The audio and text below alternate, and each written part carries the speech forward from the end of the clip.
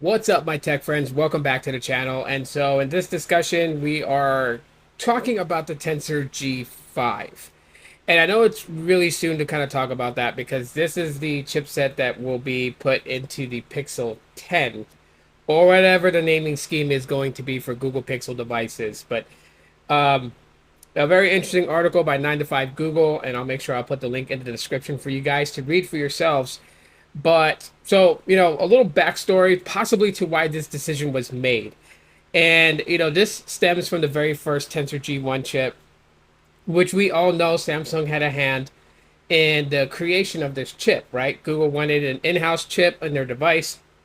They wanted a specific dedicated chipset for their Pixel devices to be able to handle the AI tasks they were going to start throwing at it. And little by little, we've seen the evolution of this chip, and the reviews haven't been so favorable.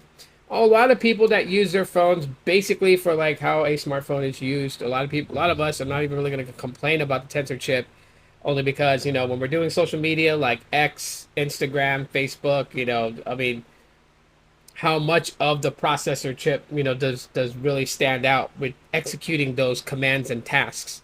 It's when you really get into like the nitty gritty of a lot of it. Um, and that's where a lot of people felt that the tensor was lacking.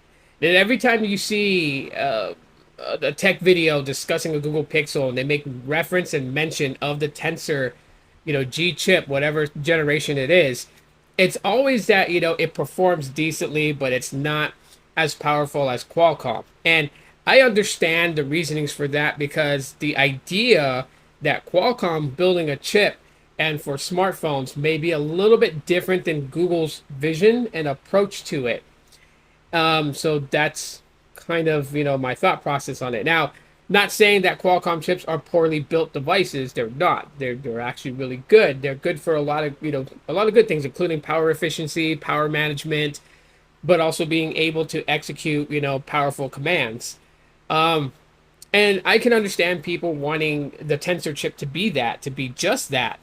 And no one's wrong for thinking that way. However, I don't want Google Pixels going back to Qualcomm chips because that, again, that raises the price. And that's something that we don't want. However, I am happy that Google is, saying, okay, we've done Samsung for 4 generations of our Tensor chip. Time to try something else. And they're going with something. They've made a partnership agreement with TSMC, according to 9 to 5 Google. And that's going to be very interesting to see like how this all pans out. So in the reports, it basically states that in July of last year, Google struck a deal with TSMC to produce their first fully custom Tensor chip for Pixel devices.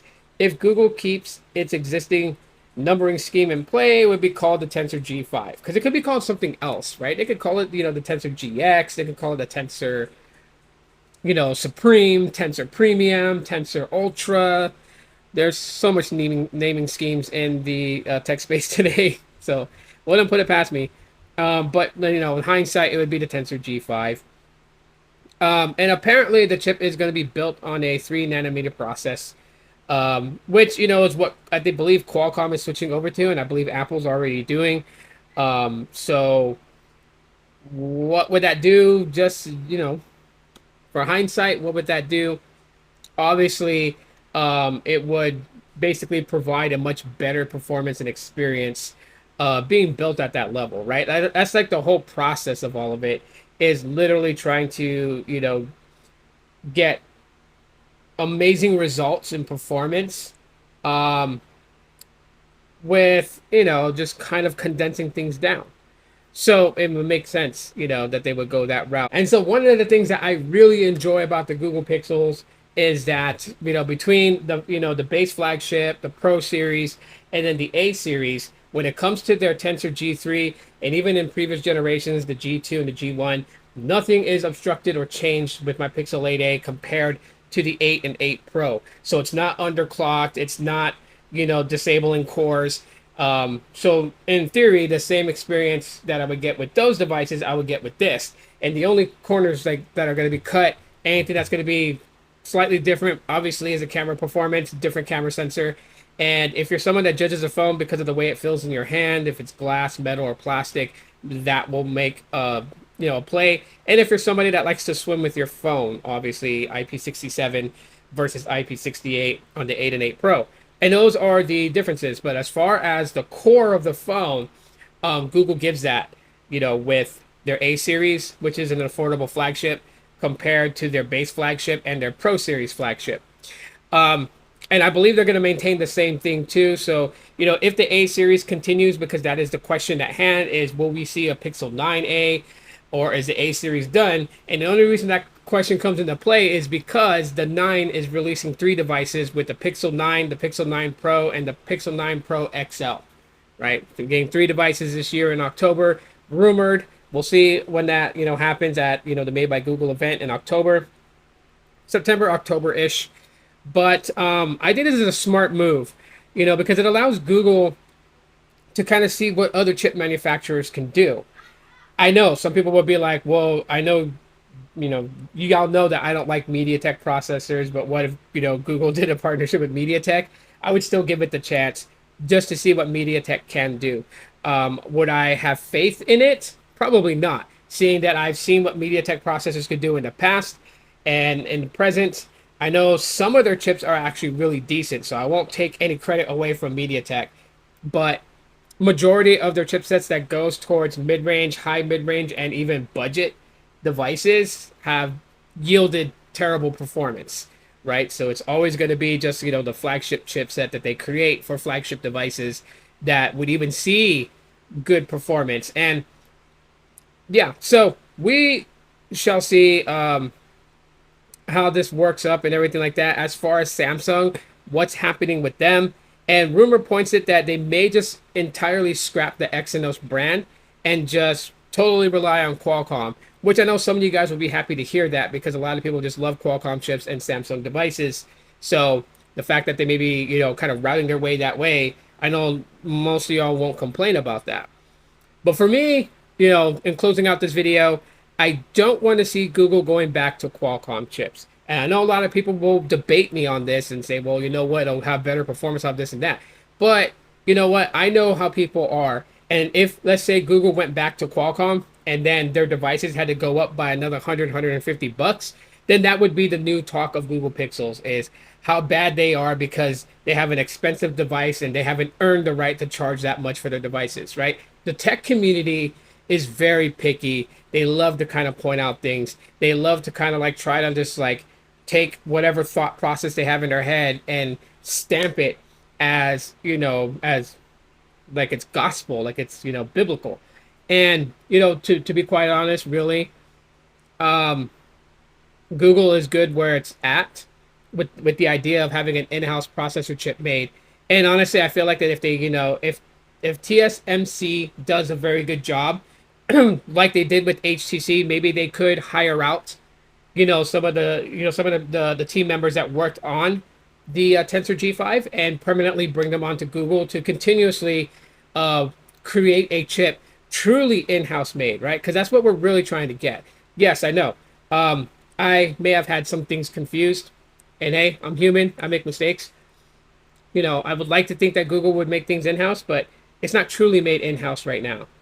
And I would like for them to reach that goal to be a truly in-house manufacturing processor chip for their Google Pixel devices, the same as Apple builds everything for their iPhone, with a few parts taken out, right? No one can say an iPhone's 100% manufactured by Apple completely. If you think that, you're ridiculous. But I would love for Google to really get in there and start in-house making their own chip.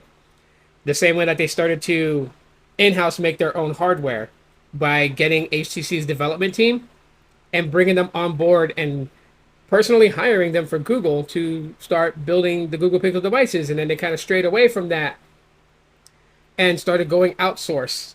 The very first Google Pixels was actually built by this team, and a lot of people were like, oh, it's built by HTC. And yes, in a way, kind of, because the people that came in to design and build the hardware was from the development team at HTC. The Pixel 2 had the same team build the Pixel 2, except Google wanted the XL model to be a little different, so they tapped LG because they didn't like the way the XL model that HTC came up with, which it is there.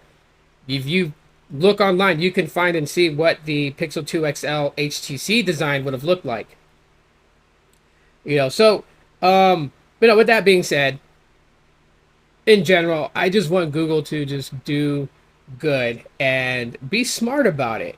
Um, Samsung and their Exynos, hey, big shout out to them. They gave it a good shot.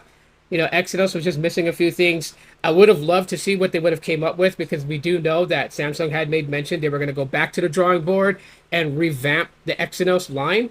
But it seems, based upon this article, that they may just stick to Qualcomm and not revert at all to Exynos. Kind of the same with what they did when they kind of gave up on Tizen and just completely stuck with Android and their new skin, their One UI, which replaced TouchWiz. But that's pretty much what I just have to say about this. What do you guys think? Do you guys think Google should be doing this? Should be switching up to TSMC and testing them out, see what they can do as far as building a processor chip for them? Do you think the Tensor G5 is going to live up to what Google's been touting the expectation should have been with Google Pixel devices? Or are you just dead set that Google should be going back to Qualcomm? And if they did, and price hikes were having to happen because of them outsourcing the processor chip, will you forgive Google for that, or will you basically hound them and just ridicule them for raising prices? Y'all know what to do. Drop those comments in the comment section of the video with your thoughts, questions, emotional outbursts.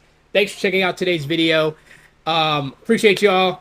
Hashtag TensorFlow. So hashtag TensorFlow if you made it all the way to the end of this video. And I will see you guys in the next one. And as always, law.